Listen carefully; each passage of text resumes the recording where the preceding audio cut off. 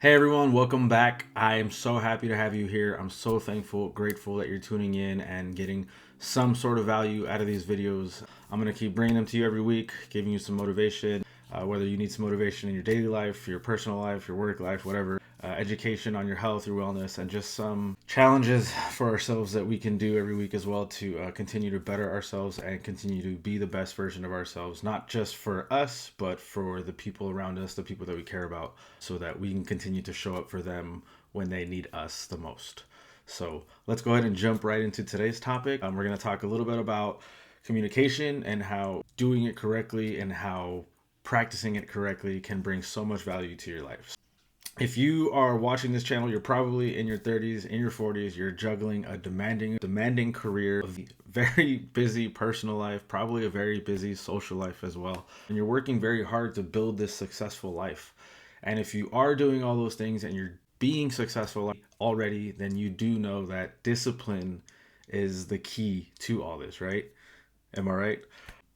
You've put in the hours, right? You stuck to the plan, but if you can't communicate with intention, with clarity, all that hard work is just going to get lost. All right. So, misunderstandings are a massive drain on your energy.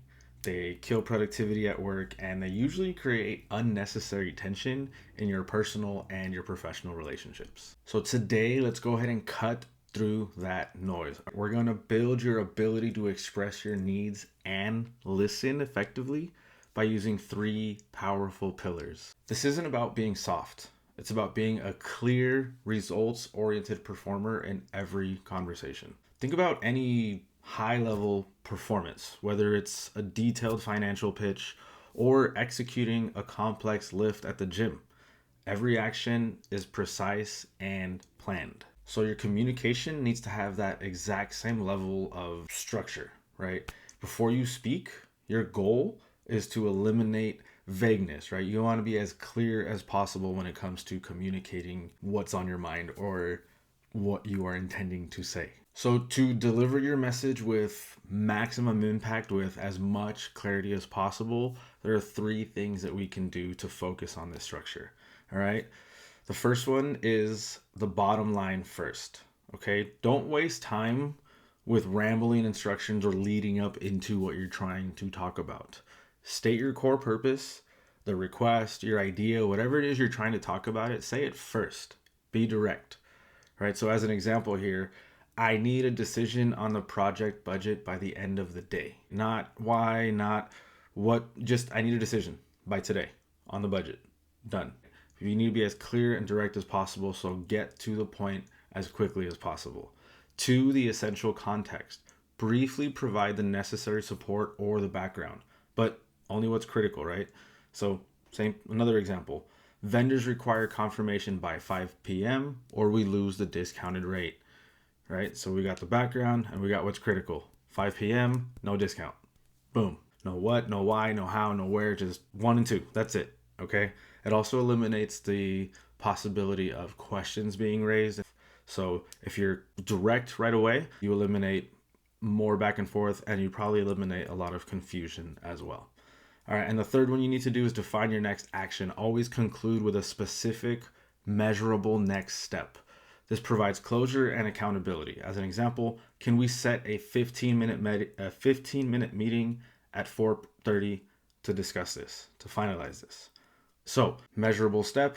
We know when to talk. We know when we're doing this. So, bottom line first, I need a decision on the project budget by the end of the day. The essential context, the vendors require confirmation by 5 or we lose the discounted rate. And then the last one, to find the next action, can we set a 15-minute meeting to talk at 4:30 p.m. so we can discuss this and finalize? Right? So 1, 2, 3, direct. They know what's going on. You set the action and the time frame to get this resolved as quickly as possible. So what this does, this focused delivery structure, what it does is allows you to show that you are valuing your time, but you're also valuing and respecting the other person's time by being as quick as possible, by being direct as possible, by not trying to take up too much of their time with details and stuff that really isn't important to that particular part of the conversation. The greatest leaders out there, the biggest, most effective communicators out there, they're not just great talkers. They're also elite, disciplined listeners.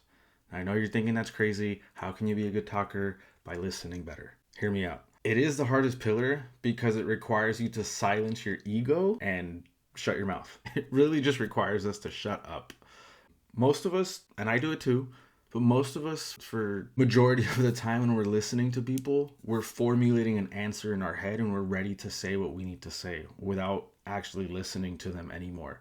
The biggest example that's always stuck with me was when I was in elementary school. I had a teacher who, when she would give us a lecture or when she would go through the discussion plan or anything, she would always tell us, make sure you hold your questions to the very end. And the reason for that was because while I'm holding my hand up for the question, I'm thinking of my question so that I don't forget. During that time, I'm not listening to what the teacher's saying. Second thing is, my question may be answered while she's talking. So let someone finish and then you can respond. But listen to respond, not or listen to absorb, not listen to respond. All right.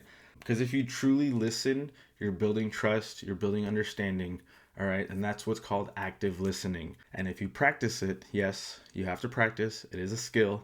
If you practice it well, I guarantee that you're going to have better relationships and you're going to have better outcomes when you have to discuss things at work or when you have to discuss things for personal goals or relationship goals or whatever it may be. But there's three things you need to do when you're actively listening. One, this is the most important, be present. All right. When the other person is speaking, listen to them intently. Listen to them as if your life depended on it. It may not be the most interesting in the world, but sometimes to them it is. And to have a listening ear is incredibly important. You're building trust, you're understanding them, they get to relate to you, and you get to relate with them. But it's important to listen because your task is to absorb what they're saying. Right, so put down your phone, shut down your laptop, right? If you don't need it at the time, it's okay. That moment will be over soon and you can go back to what you're doing. And also silence your inner voice. Don't let it interrupt. Don't let it ask questions about anything. Just listen and speak when they're finished. Which brings me to number 2. You got to confirm and clarify, right? So show your engagement by summarizing what you heard. Don't just be like, oh, oh, that's cool. Yeah. Oh, that's cool. Oh, man, that's tough. Recap what they said, right? So I want to make sure I got this. Your biggest concern is the workload imbalance this month. Is that accurate? Okay. They were listening to me. Yeah, that's what I said. Cool. This person's actually listening to what I'm saying and actively absorbing my concerns. Great. Now I have someone that's trusting in me to listen to them and probably trusting in me to help them resolve this situation. All right, which brings me again to number 3, ask open-ended questions. Don't assume you know their solution, right? How do you ask them, how do you think we can best address that? Or what does success look like for you in this situation? Right? So we're not just solving the problem for them, we're asking them how we can help them solve the problem, and then we'll go ahead and solve it together. Right? But this type of listening focuses on the receiving of information, which is critical when you're talking to people, which is critical when you're trying to build these relationships with people, or when you're trying to be an effective leader at home, when you're trying to be an effective leader in your workplace or in a team environment. So if you focus on receiving the information, it's going to ensure you have the accurate data to solve problems and support your relationships effectively. Your health, your happiness, and your career advancement do depend on your ability to express your needs clearly without feeling guilty. Sometimes we don't want to say what we need to say because we feel maybe selfish or we feel that we're being unreasonable. I'm here to tell you it's not. All you're doing is you're setting a boundary. And when it comes to work, you're setting performance boundaries. All right. You can't reach peak performance. You can't reach your optimal peak performance at work if you let external demands constantly drain your energy and constantly bring you down because you're not able to effectively communicate what you need or what you don't need in those moments to effectively get your work done or to effectively take a break correctly, right? So when you are expressing these needs, especially in a professional environment, especially in a work environment, and especially in a relationship environment, right? You don't want to sound selfish, but you do need to focus on yourself. So you do need to use I statements to keep the focus on your experience and not to shift or make it seem like you're accusing someone, right? So if it's an issue at work, a situation at work, maybe you have a coworker or a boss and you tell them, hey, listen, you always dump last minute work on my desk. That just sounds like you're blaming them for putting work on you.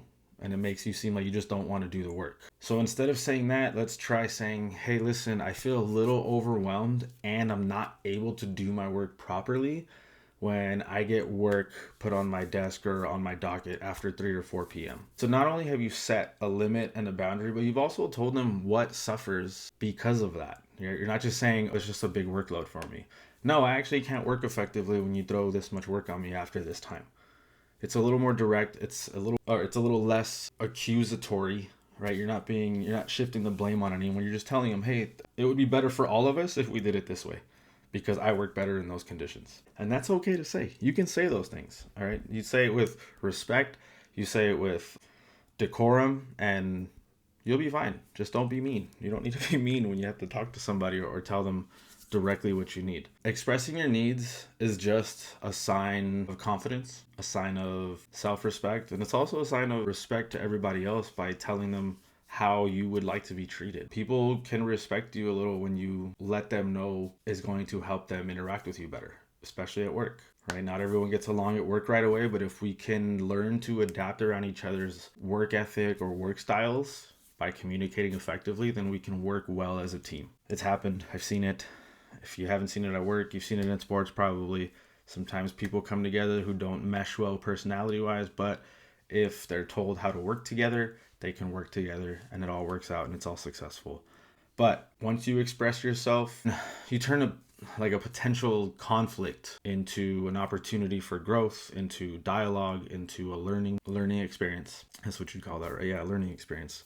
But it transforms that conflict into a dialogue. It ensures that you have those boundaries necessary so that you can show up for your best self, for your family, your friends, and your coworkers, and of course, for yourself. Listen, communication is not just a soft skill, it's a hard performance skill, and it takes the same intention, consistency, and discipline to practice it every day to ensure that we're doing it well and we're doing it at the best of our ability. And when we do that, we're able to apply great communication to every area of our life. Relationships and your friendships and your family relationships at work.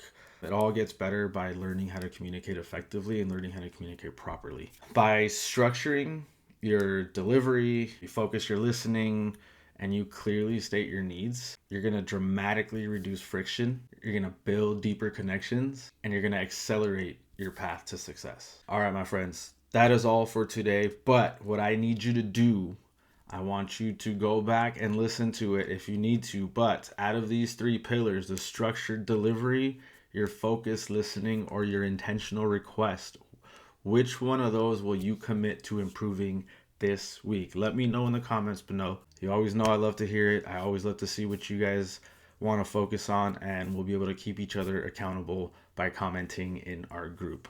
All right, so that's it. Like I said, I'll see you guys on the next video. But until then, remember to love yourself and go be the best version of yourself. Bye.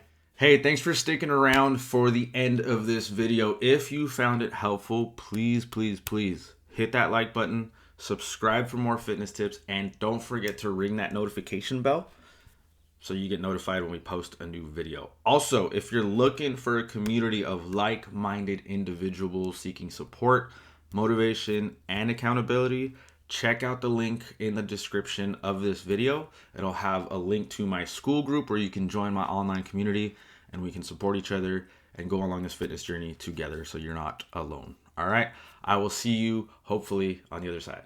Bye.